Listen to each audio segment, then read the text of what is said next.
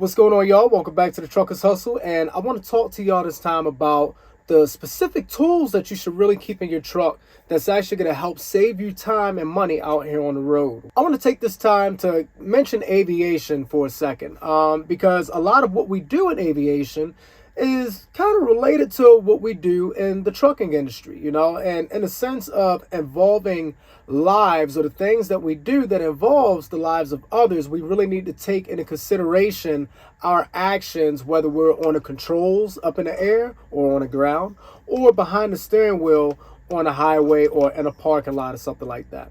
All right, so for example, we have certain emergency procedures that are classified under certain categories of whether we land right away or, delay it until we can land it as soon as practicable, so to speak. So without going too far into those definitions, for example, like in flying helicopters, we've got two engines. If we were to lose one engine, that would be a situation of land as soon as practicable, because we have the redundancy of another engine. We also have the capability to fly the aircraft under certain conditions. As long as we stay within parameters, we should be good to complete our mission to an extent, right? So, in the other case of landing as soon as possible would be like a fire or something like that. And that's waste no time, get on the ground. The primary consideration basically is, retaining all life that's involved in that situation. All right, that's the abbreviated definition of those terms. So in relating aviation to trucking, it's imperative for us to kind of take some of those things and couple them up. Okay, so if we're in a helicopter, we're looking at instruments, we're looking at certain pressures, temperatures, power settings, things like that. And we're basing our next action off of what we might be reading from those numbers. All right. And it's the same thing when you're driving a tractor trailer.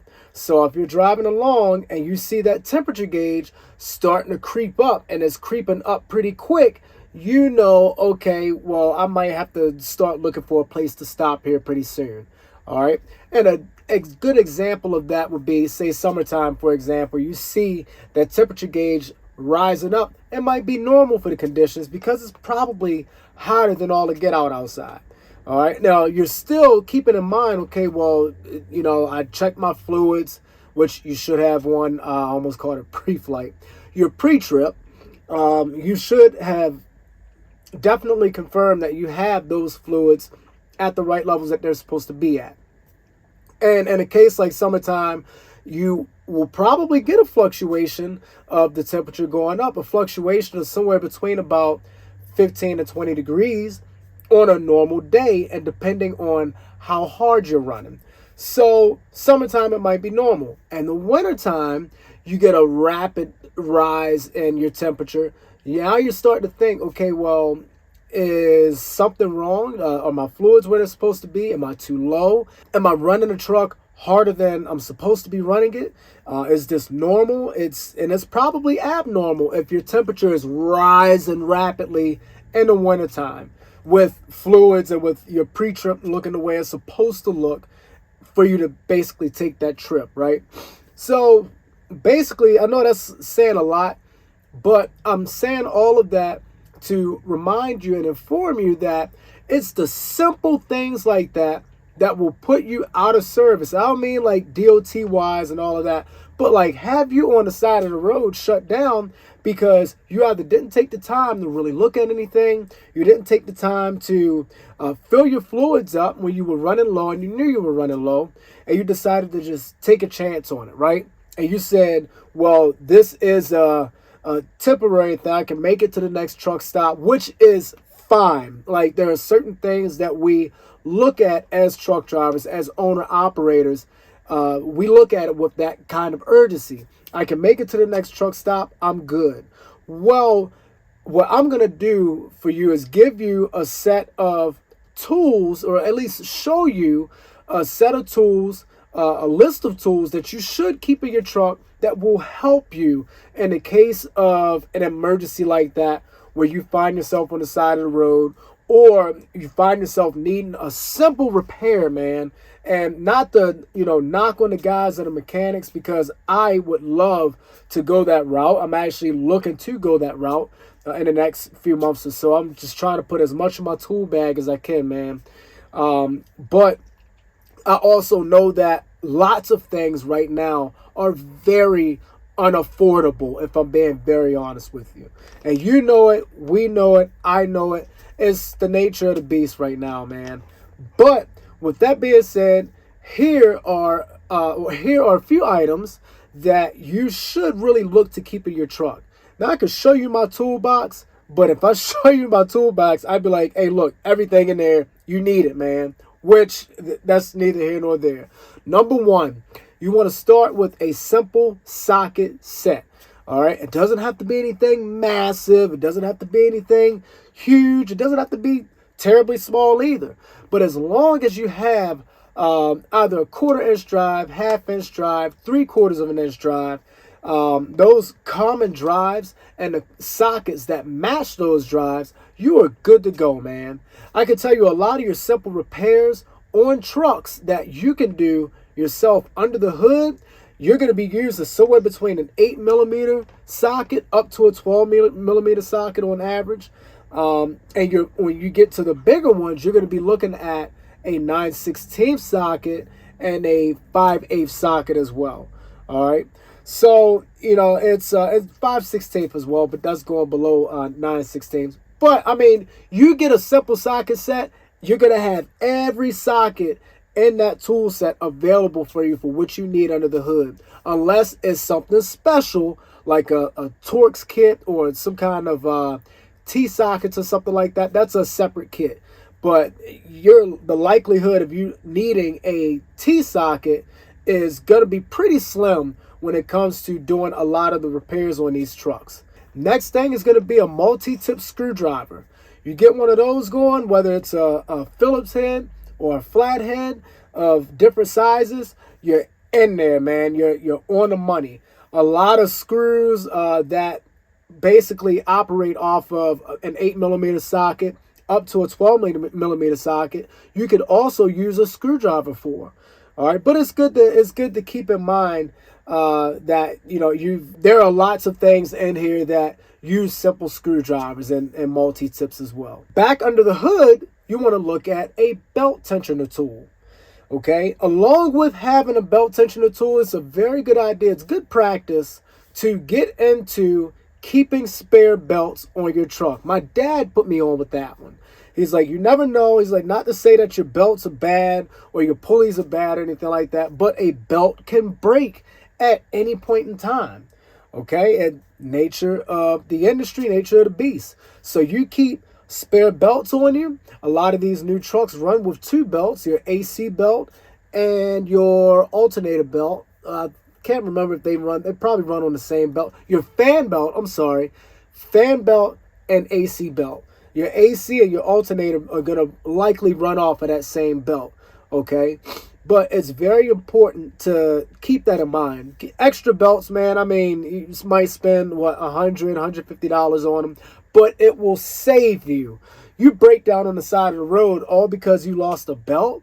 Now you got to call somebody out to bring you a belt. And how much is that road ticket going to cost, right? So it's things like that. So with your belt tensioner tool, you can change that belt yourself. And if you're good with it, if you're quick with it, like how I had to learn to figure out over a period of time, I got to be quick with it. I was able to change my belts out in like 5-10 minutes tops. It's easy. It's too easy. Okay? So save yourself some money when it comes down to that. While we're on the topic of belts and things like that, what we want to keep in mind is belts fail in some very strange places.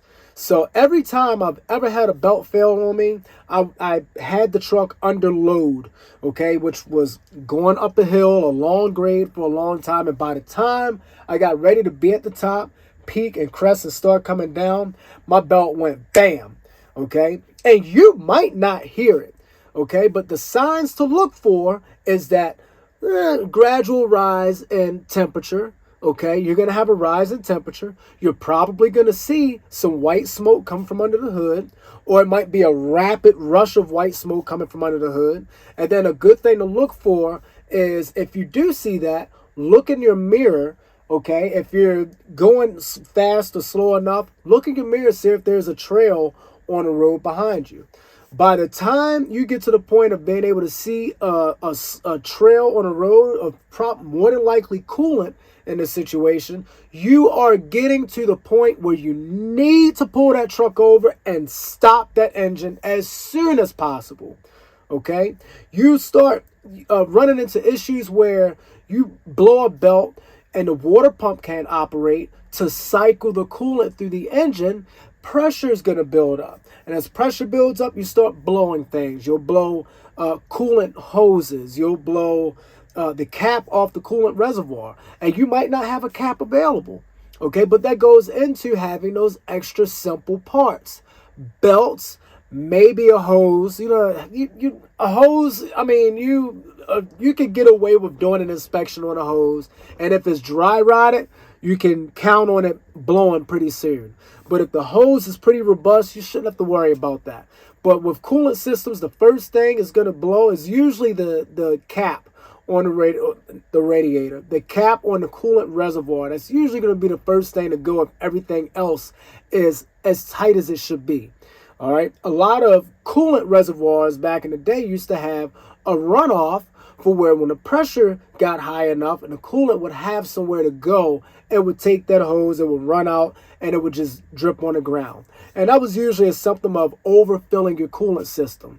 Okay, so things like that, depending on how much coolant is in the system, that could be normal. If you overfill it, it's going to overflow, it's going to flow out. And you'll smell it, and it smells sweet, and you might think, oh man, well, I got a leak somewhere, and it creates a false illusion of a problem. Okay, so keep that in mind, man. Next tool is going to be your fuel filter tool. It's basically a wrench that looks like an oil filter wrench. It looks just like it, but they're not the same.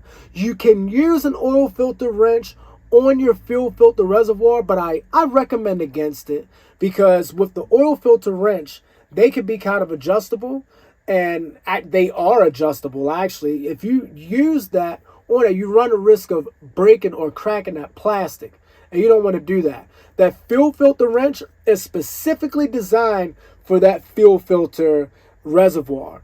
It fits right over it, it fits right in the teeth, and you can loosen it with no problem without the risk of really breaking it. Okay, unless the last person that put it on over tightened it and over torqued it, then yeah, you run a risk of breaking it. But that tool also has a special spot on it that allows for you to open the cap up on top of the fuel filter reservoir. And the fuel filter, I'm speaking more on the fuel water separator. That's the one that when you pop the hood, you look at it, it's clear, you can see the fluid in there, and that's usually a buildup of water or fuel. Okay, good indication. You start seeing that thing fill up, it's time to change it. So a good fuel filter wrench is good to have in that situation. All right, next thing, crowbar. You want to have one of those. I kept a crowbar and a pry bar with me, basically for like my loads and stuff like that. That was usually what I had to use to either shift the load over if it wasn't all the way on the trailer. But I mean, you're getting into operation now, but for repair purposes, there may be a situation where you need a crowbar. If you're replacing a water pump or something like that, and you need to either pull that thing up and get it in a position so you can get the bolt in, it's good for that. Your AC compressor, if you can find a good spot on there, you need to adjust it properly as you put the bolt in and tighten it down. It's good for that as well. Same thing with the alternator. All right, but you're not using a crowbar to like break anything. You shouldn't be using it for anything like that anyway, right? Common sense. But all the tools that I'm listing, that I'm giving to you, should be used as tools to help you accomplish your mission. Another thing is an adjustable wrench. So adjustable wrenches are good in a pinch. They're a little bit more bulky than like your typical wrench, but I mean, it's better than nothing. All right. If you're not the type of person that wants to have keep a whole lot of wrenches around, an adjustable wrench is good for it, but the reliability of them, if you get one, you want to spend some money for it because you want it to be reliable. You don't want to go out here and get one of these cheap ones from a truck stop. I mean, they do work, but I mean, over time, they're not going to be as reliable as like your expensive. I believe in spending the money on an adjustable wrench. The Allen wrench or the hex wrench, that's a good one to have. There's a few screws, here and there in the truck that you'll find that require an Allen tip. They do come in handy. They range from all different types of sizes, but a lot of people will mix up the Allen wrench with the I want to say it's a T tip, but there's several different types of wrenches when it comes down to within the cab that you can use. Allen wrenches definitely good to keep for inside the truck.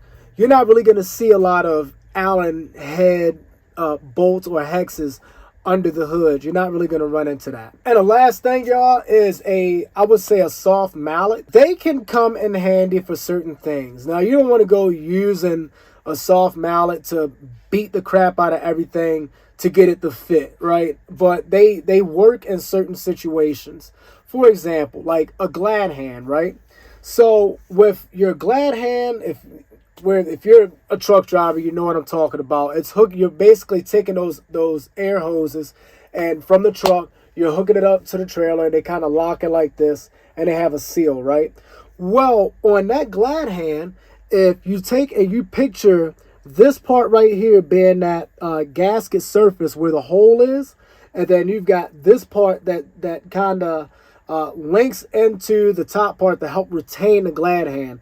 This part tends to get loose, okay? It gets loose, and it's normal, but, you'll try to tighten the bolts down, and the bolts might not tighten because they're already tightened to the max, but that metal bends, and that can cause a problem over time. Now, what you could do if you don't have a mallet and a quick pinch, you could take that glad hand, and where that blue, it looks just like that, where that blue or red metal piece is kind of loose and sticking out like that, you could take that and slap it on your tire to get it back to the position that it's supposed to be in. Or you could take that soft mallet, that soft like hammer with the black tip, you could take that and hammer that piece back in a position so that it's good enough to catch and bite.